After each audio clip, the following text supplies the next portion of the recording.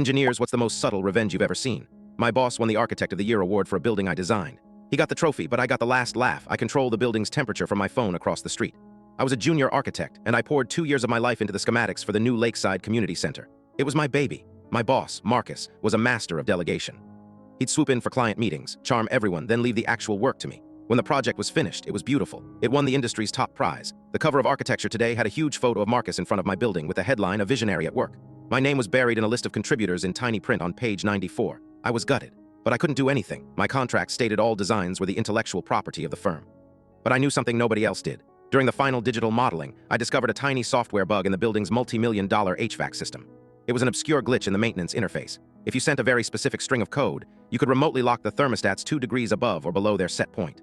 It was too small a deviation to trigger a system-wide fault alert, but just enough to make a room feel perpetually stuffy or chilly.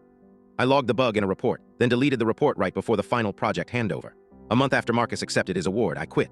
On my last day, I stayed late and used a technician's laptop in the server room to access the HVAC system. I wrote a simple script and set it to run from a private server I controlled. Now, every 72 hours, the script sends the command, 2 degrees too warm for 3 days, then 2 degrees too cold.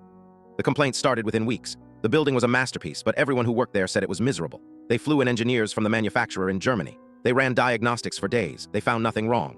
The system was technically running perfectly. Marcus's reputation began to slowly curdle.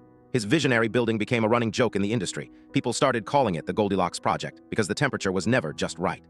I read an article last week where a city official called Marcus's award-winning design functionally uninhabitable. Sometimes, when I'm feeling petty, I'll be sitting in the coffee shop across the street, see people inside fanning themselves with papers, and I'll tap a button on my phone and make it just a little bit colder for them.